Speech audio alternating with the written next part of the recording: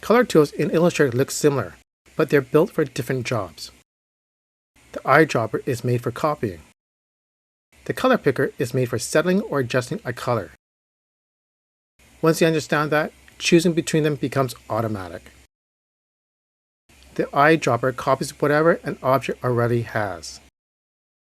On vector artwork, that includes the fill, the stroke, and appearance styling like gradients, shadows, or transparency.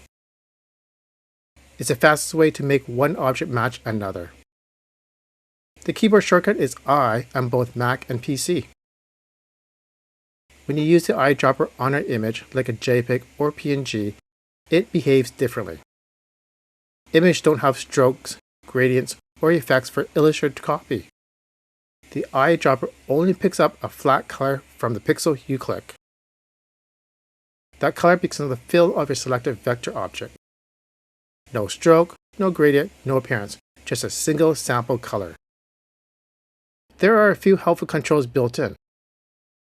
Double-click the eyedropper icon to choose exactly what it copies when working with vectors. You can limit to fill only, stroke only, or let it copy the full appearance. The color picker works differently from the eyedropper. You can open it by double-clicking the fill or stroke box in the toolbar, double-clicking a swatch in the swatches panel, or choosing a color inside the color panel. You can also open it from the application frame color controls. All of these work the same on both Mac and PC. The color picker doesn't copy anything. It lets you manually set a color.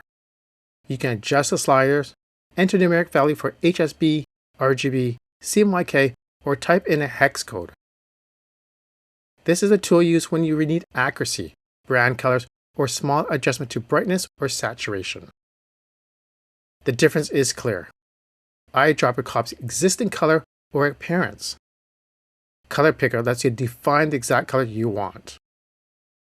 I use the eyedropper when I need to sample a color from a reference, and the color picker when I need accuracy.